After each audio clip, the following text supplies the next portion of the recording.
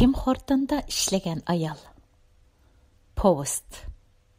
Авторы Gülşen Abdaqadir.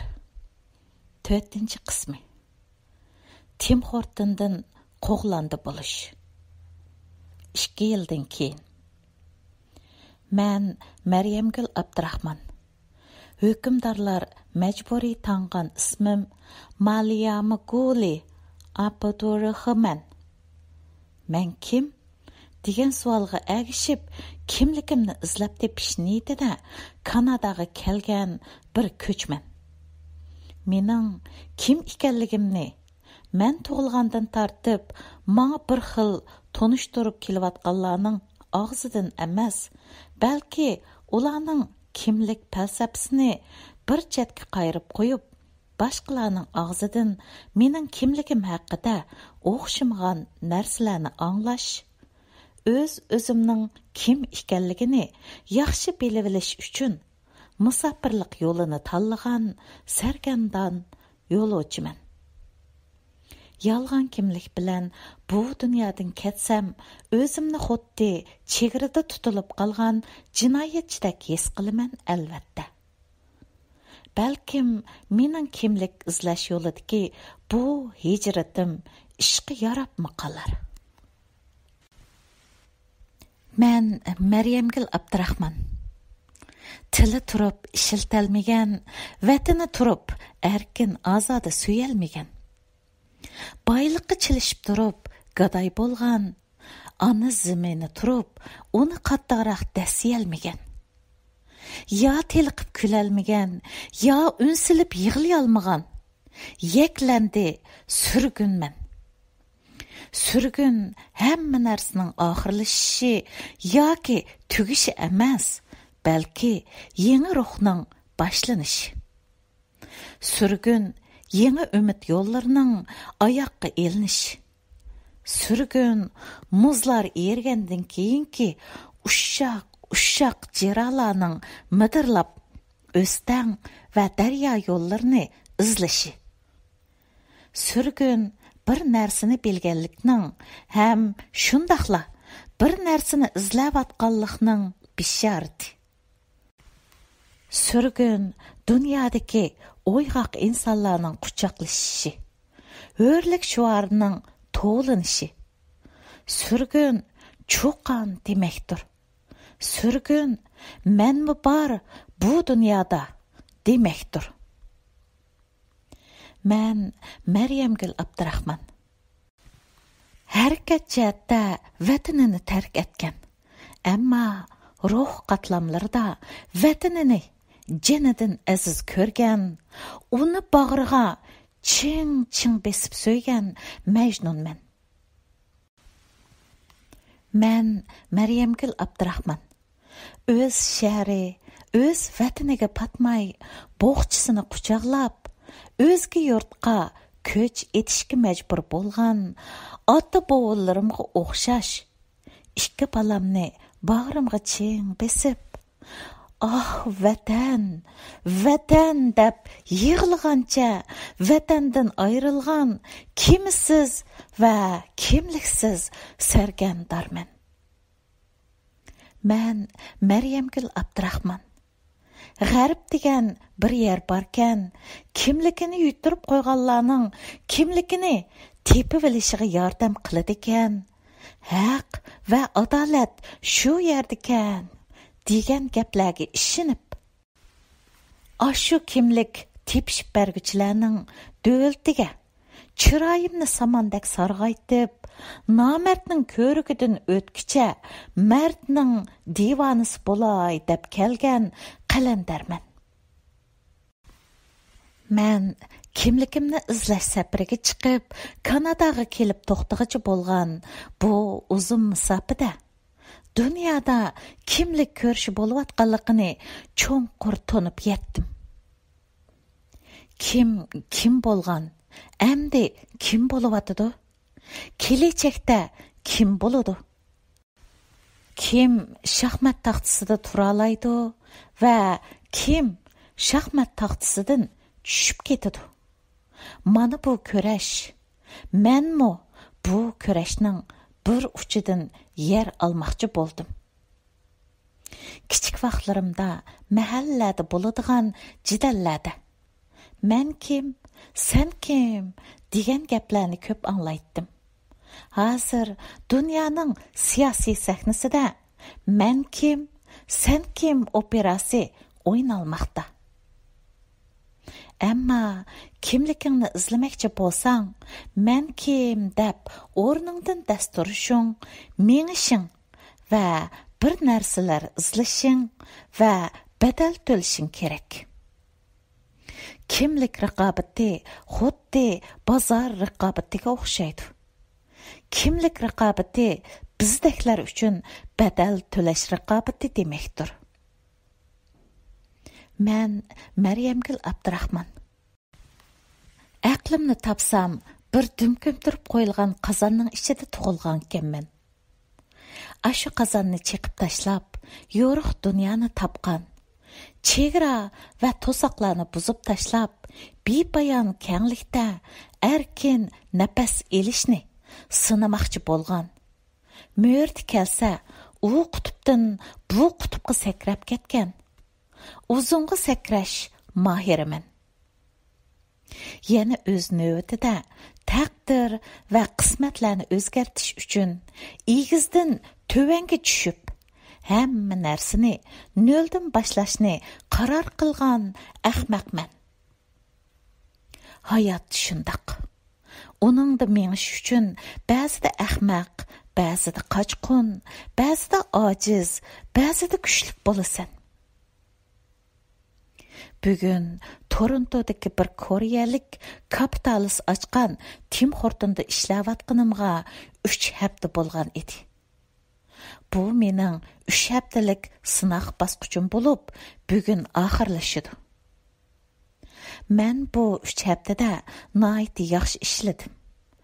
Endi menga rasmiy haftasiga 40 soatlik ish berdi degan tamada hayajon bilan ishga bordim. 5 soat ishlagandan keyin ishdan tushdim. Bir xizmatdoshim meni xo'jayinning saqlab turayotganligini aytdi. Men darhol xo'jayinning yeniga kirdim. Xo'jayin menga qilcha yuz xotir qilmasdan udulla. Bugun seni ishdan to'xtatishni qaror qildik. Chunki Tim Hortonning mulozimat saviyasi bo'yicha 1-2 qahva olgan xaridorni 1 minutda, sandvich olgan xaridorni 3 minutga yetmagan vaqtda uzatishing kerak edi. Ammo sening oddiy bir qahva zakaz elib xaridorni uzatishqcha bo'lgan jaryoning butunlay 3 minutdan tushmagan. Mulozimat sur'ating bak asta. Sening da sur'at ishning bo'ldiganligiga ko'zimiz yetmadi. Shunga seni ishdan bo'shatishni qaror qildik, dedi. Va menga ishga kirgan kunimdan e'tiboran xizmat ishlash ahvolimni davomliq kuzatib, singa elib turgan sin alg'u lentisini qo'yib berdi. Men xuddi muz yerilib ketib, o'stanga tushib ketgan odamdek andikib ketdim. Xo'jayin bilan munozirlashkim bor bo'lsa-mu, ammo unda qila olmadim. Hey, xap, yanali shu inglizcha, dedim ichimda. Xo'jayin, "Mavo 3 haftalik ish haqqing, mavo $200 sana qo'shib berildi. Xafa bo'lmay, boshqa yerdan ish tepib ol", dedi. Men suvsiz qolgan gul yo'pirmiqidek solashgan edim. Toronto ko'chalarida qadamlarimni tast elib ketayotgach, yo'ldoshimga telefon elib, Tim Hortondan qo'g'landa qilinganligimni aytdim. Yo'ldoshim telefonda qaqoqlab kulib ketdi va "Ulasılını helimi kechikib qo'g'landa qipti. Men bo'lgan bo'lsam, silidek mis xotinni atsil qo'g'landa qilib etgan bo'latdim", Dərhal abduzga o'ltirib uyga qaytinglar. Tim Horton jidili әмдіғо түгігенді, dedi çaq-çaq qilib. Mən avtobus bekitining yenidagi bir xilvat gullikka joylashgan o'rindiqqa kelib o'ltirdim. Bu dal yoz mezgili bo'lib, kech soat 7larni ko'zitib turayotganiga qaramay, havo shundoq issiq edi. Mən o'rindiqda әмділі o'ltirishimga telefonimga uchur kelganlik signali berildi. Telefonimni içib uchurlarning yig'ilib ketganligini ko'rdim va birma-bir anglashga başladım. Birinchi uchurda manga akordeon bilan chelingan tövendagi naqsha yo'llangan edi. Kirdimi tushlaringga 3 darvoza ko'chilari. Əslərsən-mi bizni Məryəmgül Torontoda yürgəningdə. Naqşının arqısıdan "Ohoy, yaşab ket ha?" degan ovozlar. Ayollarning kulkillari anglanib turadi. Ko'rinib turibdiki, vatandagi saboqdoshlarim 20 yillik saboqdoshlar uchrashishida o'ltirishibdi. Mən manga soğuk qilingan, manga tunush va mən ko'p aytadigan bu söyümlik naqshini anglab, başlarimni alqanlarimning arsiga elib, buldoqlab, yig'lab ketdim. Mən ovozimning teshig'i chiqib ketmasligi va boshqalarning ko'rib qolmasligi uchun o'z hayojonimni tast kontrol qilyotmoqda edim.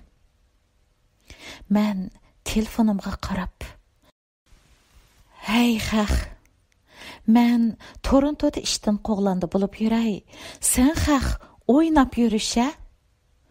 dedim ichimda ochiq bir chidamaslik, sig'inish va men ifodalab berolmaydigan inson tabiatida bor bo'lgan barliq ojizliklar o'zini ko'rsatmoqda edi. Yüzümdeki barliq suv oqadigan joylarimdan xuddi mashina aynikiga qo'yilayotgan yomg'ir suyidek yosh va boshqa narsalar oqmoqda edi. Men xuddi mashina aynikini to'xtamay surtibmi ulgurolmayotgan aynak surtgichdek qo'llarim, yog'liqlarim va qo'l qog'ozlari bilanmi surtib tugtalmayotdim. Voy, ayollarning yuragida su nima degan chiqa? Ey ayol, yig'la. Sen yig'lamay kim yig'lasin? Yig'lashdan hech qo'rqma, ham qo'rinma. Xohlasang ovozingni qo'yib tip. Xohlasang pinhon yig'la. Yig'lashqa yerdan toki bepoyon ko'klarga qadar haqqing bor. Yetarki yig'la.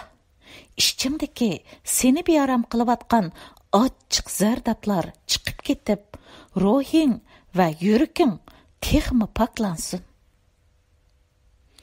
Sendak o'z dardi va g'imidan boshqa vatani, millati va xalqining g'imini yeb yurgan bir ayol har doim yig'lab turishi kerak. Chunki yig'i boshqa yerdan emas, balki yurakdan keladi. Agar bir ayolning qalbi yig'a va yoshlarni ishlab chiqara olmasa, demakki u ayol bexud ayol demakdir. Ey ayol, yig'lashdan hech qo'rqma, ham qo'rinma. Yig'lagandan keyingi ayol jasur va kuchli ayoldir. Aqlliq ayollar aqlliqlik bilan bergan ko'plagan qarorlarni yig'idan keyin bergan. Nurg'ilgan erlar yig'layotgan ayolga bezorlik bilan yig'lama deb vaqirsimi? Ammo yig'lab bo'lgandan keyingi ayolni bag'riga besishni yaxshi ko'rdi.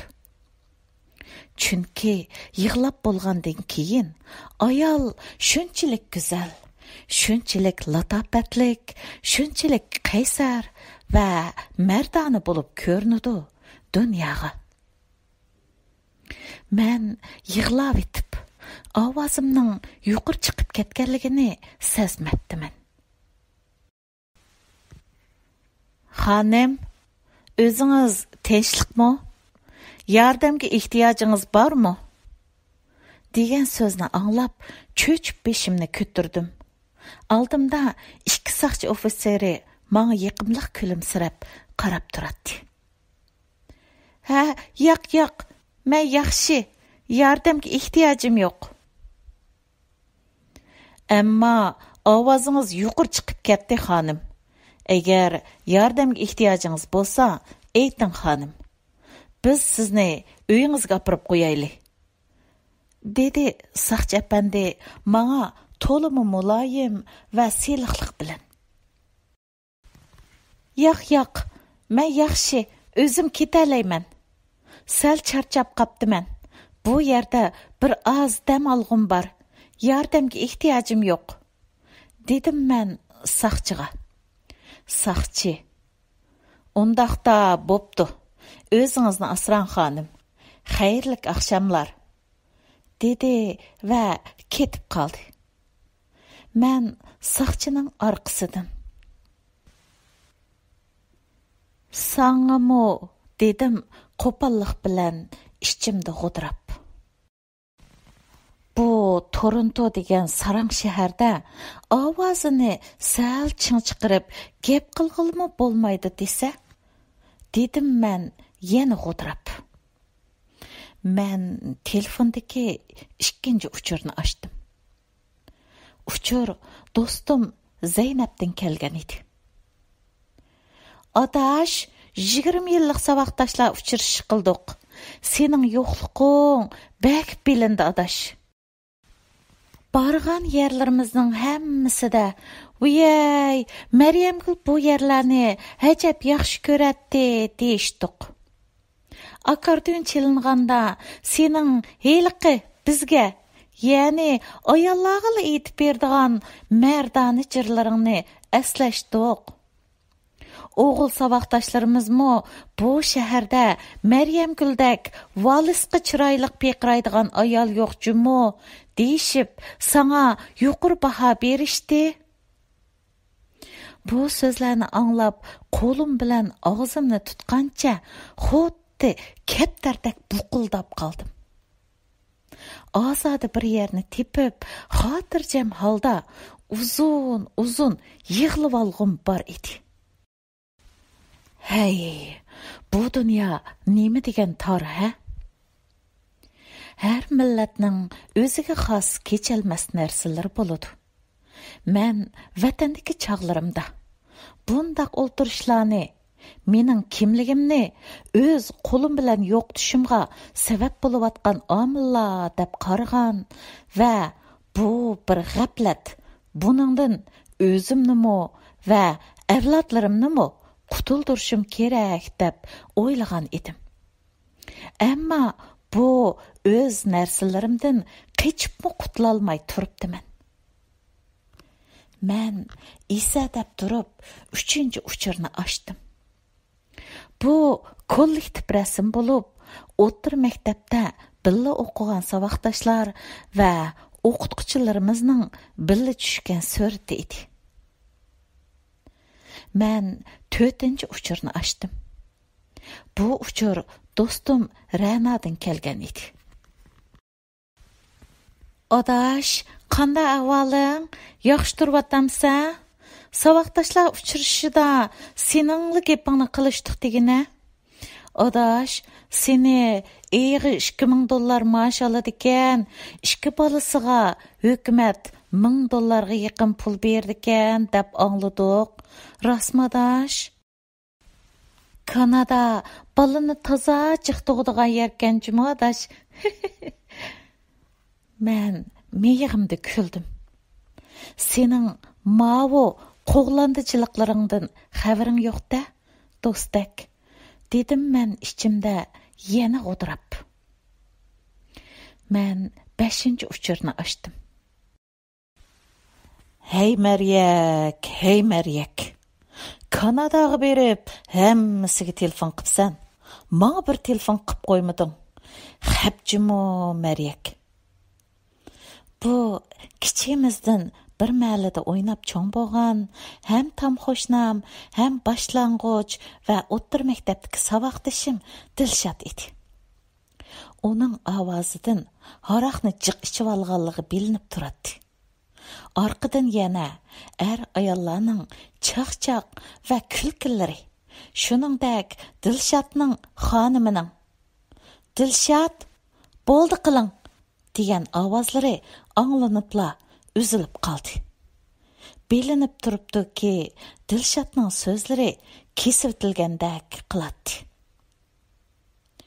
Dilshodning uchuri meni oltindek yoshlik chog'larimizga boshlab ketdi. Biz to'liq o'ttirni puturib, oliy maktabga ketganda, saboqdashim Dilshod savdo qilish uchun Guangzhou, Shanxay qatorliq dengiz bo'yi shaharlarga ketgan edi. Men yozliq ta'tilda qaytib kelganda, Dilshod bilan darvoza oldida uchrashib qolatdik. "Qachon kelding, Maryamxon?" deydi u meni teriktirib. "Sarang, tuz gap qila. Mening ismim Maryamxon emas, Maryamgul. Bilib qo'y." deydim men tumshuqlarimni so'zib zardi bilan. Bir kuni mahallimizda bir to'y bo'ldi. O chaqlarda uzun uzun barangliq qo'ylilardan yana bir mahalladagi qo'ylilarga qiz ko'chiriladi.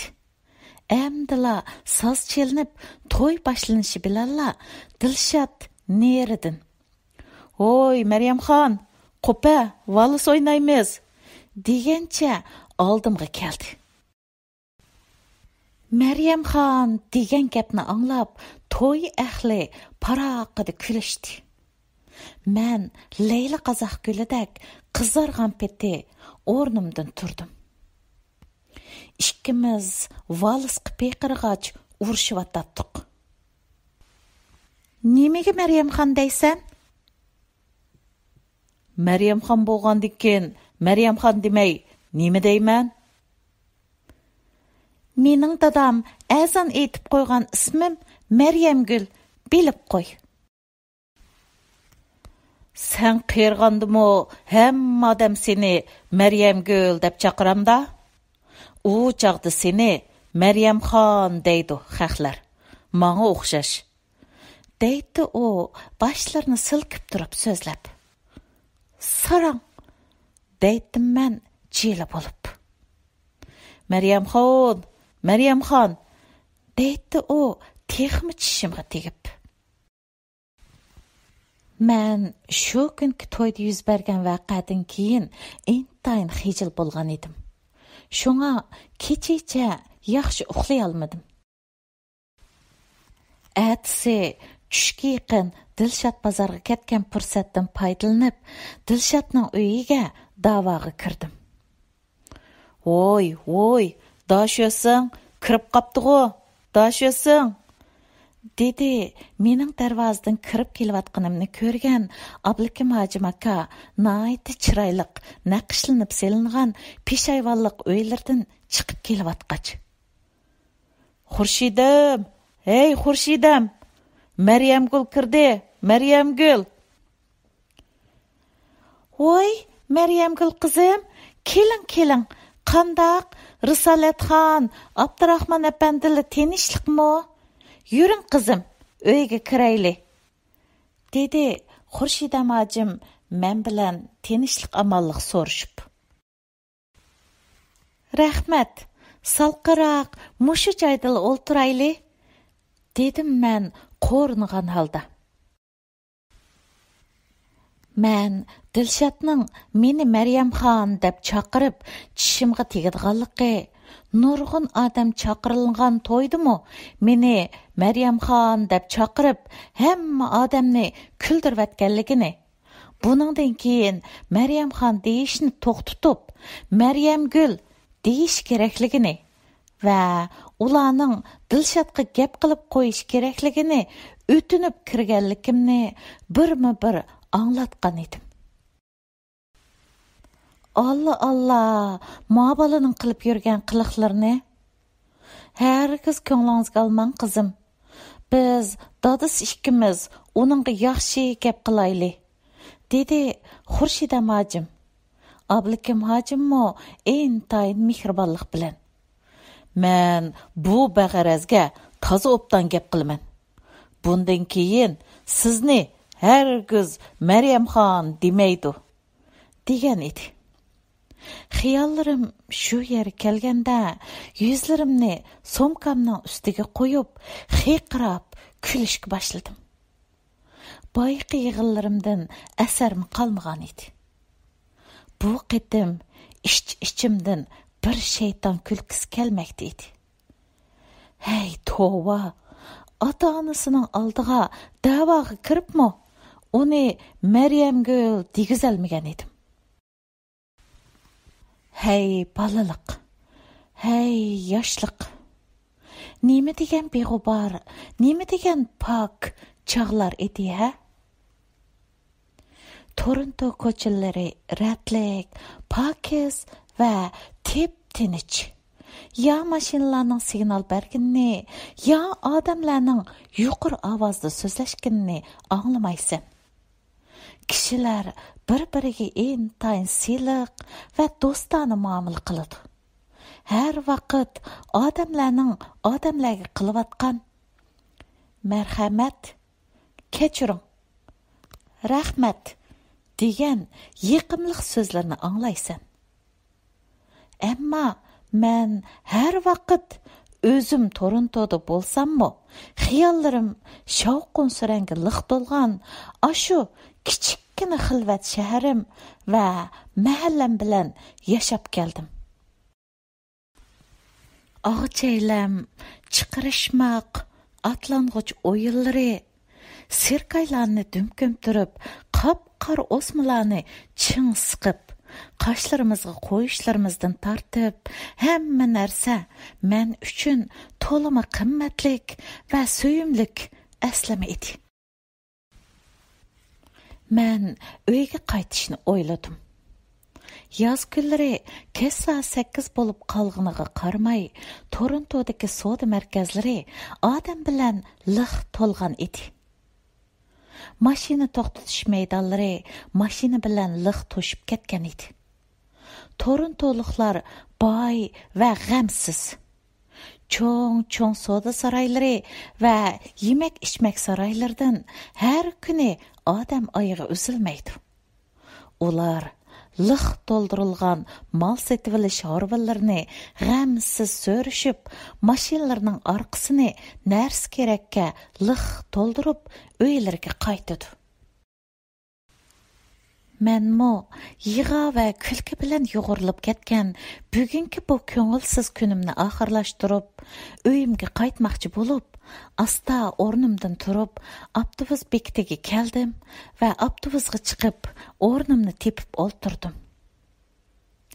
Do'stlarim avatgan akordeon bilan chilingan heliqi naqsha kallamda takrorlanmoqda edi.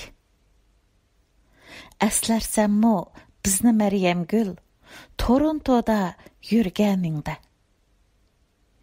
Men ko'zlarimni yumib turib, yiqimliq kulimsirdim va qandaqdir bir baxt va iftixorlik tuyg'usi bilan illaylandim. Men uyimning eshigini ochib kirganimda qizim Vatangul bilan o'g'lim Tuproqjon. Opa, sendin bek ansirdiq, nimanda uzun yo'qab ketsan? Deginicha yugurishib kelishib, bo'ynimga esilishdi. Yo'ldoshim xuddi bir narsaga kulkisi kelib ketgandek bir qiyofatda turadi. Haqiqatan meni Tim Hortondan qo'g'landi qilib o'tibdi deb kulkisi kelib ketyapti deb o'yladim ichimda. Ey oila, musofirchilikdagi vatanning kichikiltilgan modeli.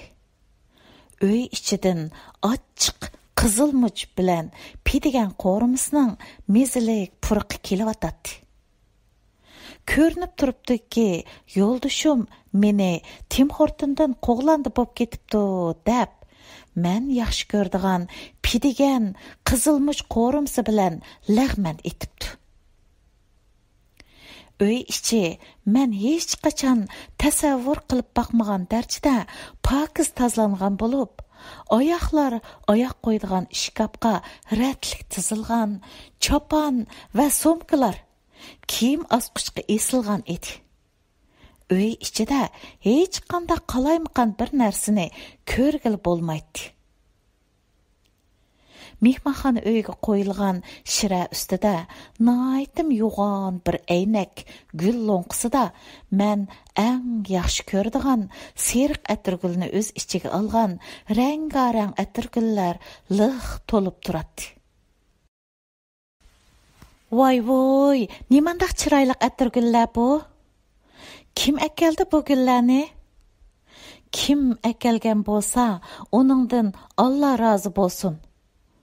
Dedim men güzel gullarni qonmay purab turib. Apa, dadam seni seriq atirgulni bak yaxshi ko'rdi deb akeldi bu gullarni, dedi o'g'lim tuproqchan. Ha, shundaqmi? Men yo'ldoshimga qardim. O. Shundaq, Maryam gul, men akeldim. Men gul akelsam bo'lmamdikan. Nimandaq hayronlik bilan qaraysizlar odamga?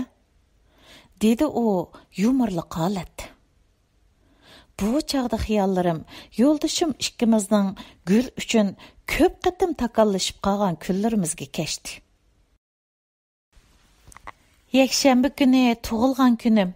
Manga seriq yeni kelib, tuxum seriqi atirgul so'q qilgan bo'lsangiz bo'ptikan. Ha, shundaqmi? Tug'ilgan kuninglarga o'zinglar eng yaxshi ko'rdigan seriq atirguldan o'zinglar xohlagancha tanlab bir quchoq setib olinglar. Mana pul. Deb ustal ustiga pulni qo'yib qo'yatdi yo'ldoshim. Yo'q. O'zinglar bozordan setib olib, tug'ilgan kuninglarga muborak bo'lsin deb, turk erlardek oldimda turib baqqan bo'lsanglar, deydim men uningdan ranjib. Ha, men mushu gullarni ayollarga egilib turib so'q qildigan ishlarni toza yaxshi bejarolmaydi ekanman. Deydi u taslikda chiroyini purishtirib. Ayollarga emas, ayolimga dangmandaq deb tuztish beratdim men ochiqlangan holatda uning so'zini bo'lib. Ha, to'g'ri, ayolimga. Ayollarga emas. Men mushundaq nozik ishlarni tozi bejarolmaydigan bir erkakman. Mening borim mushu, ha? Meni so'ysanglar, mening mushu holim bilan so'ygan bo'lsanglar, deydi u yumorli holatda. Men sizdan qimmat baliq oltin zanjir talab qilyapmayman-ku. Noit kessa bir dasta gul talab qilyotganim. Agar tug'ilgan kuninglarga oltin zanjir olg'inglar bo'lsa, unimi elinglar. Mana pul. Xohlaganinglarni elib, oshqan pulni yondirib kelinglar. Deydi u pulni menga uzatib. Qandaq gapkan o? O'zining tug'ilgan kuniga o'zi sovg'a oladigan. Siz bilan chiqib elib, ondan chochlarimni qayrib turib, bo'ynimga esib qo'ysiz. Yo'q. Meni unda qiynamanglar. Qanchalik qimmatni olsanglar, elinglarki.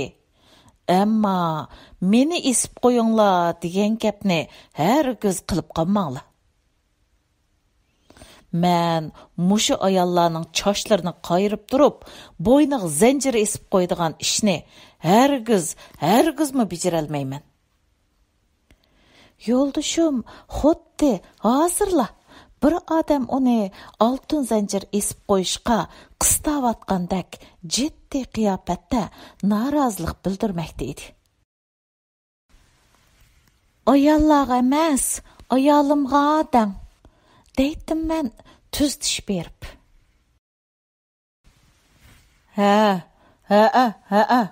Ayalımga.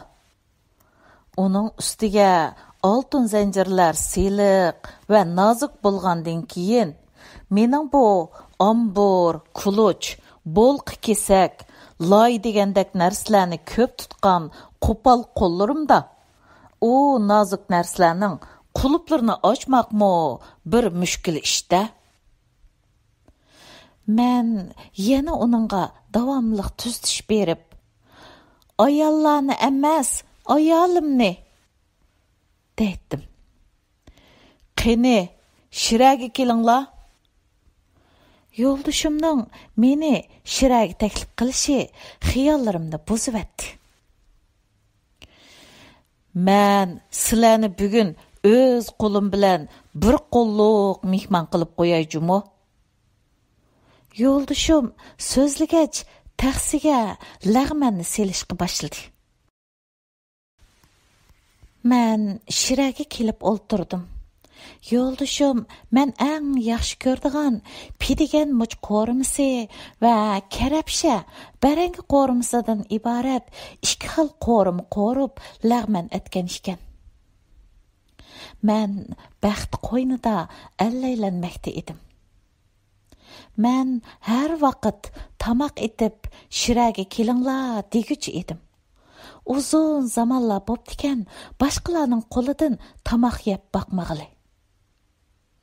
Men har vaqt oilam uchun tamoq etguchi bo'lib kelgan edim. Shunga yo'ldashimning bugungi bo'langmini menga putmas, tugimas bir baxt tuyg'usi ato qilgan edi. Yo'ldashim lag'manni men eng yaxshi ko'rgan shaklda intayin tuz va inchik tortgan edi. Bir ayol kishi uchun yo'ldashi etib bergan lag'manni yeyishdinmi ortiq baxt bo'lmasi kerak. Men baxt beshigida allaylanmoqda edim. Ichimda Tim Hortondan qo'g'landi bo'lganimmi, yaxshi bo'ldimi nima deb o'ylaydim. Ey ayol, ko'nalar, ayollar o'shki yig'i bir damda erib ketidi. Ayollar yaxshi gapning quli deyishidi. Yo'ldashimmi meni bir lag'man bilan ertib olgan edi. Men lag'manni lazzatlanib yegach, aslida yo'ldashim men yaxshi ko'rgan hamma narsaga ahamiyat beradigan yaxshi bir erkan. Ammo men uni o'rinsiz ayblab yuribdiman deb hamma gunohni o'zimga allaqachon elib bo'ldim. Mana men tang ichmay lag'man yedim demigulik deytinglar. Yo'ldashim so'zlagach bir taqsim mentangni oldimga qo'ydi. Baxt nima degan tatliq narsa ha? Shu minutlardagi baxt tuyg'usidan ko'zlarim chaqnab, sug'urilgandan keyingi bir tashtak guldak jilva qilmoqda edim. Mentangnimi ichib bo'ldim. Yo'ldashim bir haza xo'sh degancha qo'shumlarni turib, chechini yuqori tarafdan peshonasi tarafga qartib, silab o'ltirib ketdi. O davomliq jiddiy bir masalalarda jiddiy qarorlarni olgan vaqtda shunday qiladi. Men tangning orqadan yana bir o'ylamgan yerdan xo'sh qilitish borkanda. Tayliq bir turk baklavasi keladi aqchon. Degan tamo bilan baxt beshigida әлләйләнмәкте едім. Вәтәнгүл, Тупрақжан, бұяқ чықыңла, deydigan gap ба. Yo'ldashim balalarni chaqirg'ach, televizor ustiga qo'yib qo'yilgan qaramtul, yeshil maxmal Uyg'ur do'ppisini beshiga kiydi. Qizim bilan o'g'limmo shiraga kelib o'ltirdi. Arini bir necha sekundlik sukut qopladi. Yo'ldashim bir nuqtaga tikilib, bir narsa haqida cho'nqur muloyiza yurgizayotdi.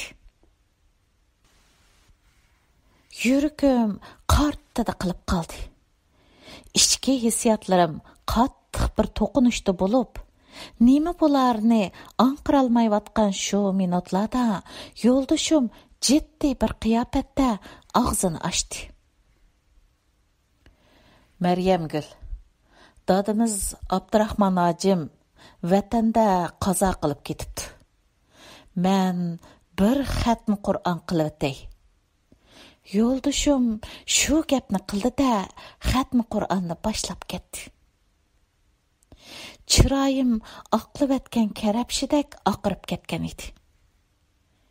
Ikkinchi qatim muz yerilib, o'stanga tushib ketgan odamdek andikdim. Yuqur suratlik tosh yo'lda qattiq yomg'irda qolgan yangi sho'pirdek titirdim.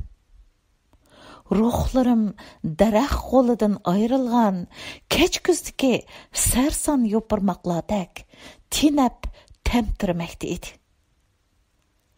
Nafaslarim bo'g'ilib, mo'ldir soqqan qizil guldek xarob holatga tushdim. Ichki dunyorim tuyuqsiz kelgan dengiz bo'rini opitidan keyin vayron bo'lgan dengiz sahilidek param-parcha edi. Xatmi Qur'on tugidi. Men nafas elishqa, bir sop havoga ehtiyojliq edim. Men aron deganda balkonning eshigini ochdimda, o'zimni balkonga otdim. Yeni ko'chib chiqqan 21-qavatdagi uyimizning balkonidan yiroqqa nazar solganimda, bepoyon go'zal shahar Toronto kechasi ko'z qamashtirib, so'zilib yotmoqda. Men yiroqlarga nazar selib, men tug'ilgan ashu dumkam turib qo'yilgan kichikkina qozon shaharni izladim. Ko'zlarimning ko'rish quvvati yetmadi. Ko'rolmadim. Ko'zimni ching yumdim. Xiyollarim va ruhlarim uzoqlarga uchib ketdi. Bu qozonni chiqib tashlash uchun qilinayotgan cho'qan surallar, o'rra sadolari uningga agishib, yana qo'ldan qo'lga elinib, zaratgarlikqa uchib ketayotgan dadam rahmatlikning tavuti. Men asta o'zimga shivirladim. Xalqim omon bo'lsin. Xalqim o'lmasin. Xuddi menimda saqlanib qolgan koni uchurlarning uvusi cho'lgandek, dadam bilan o'tkazgan o'lim, vatan va millat haqidagi suhbatlarim ko'ngil g'aznamga boshqadan yerlashmakda edi.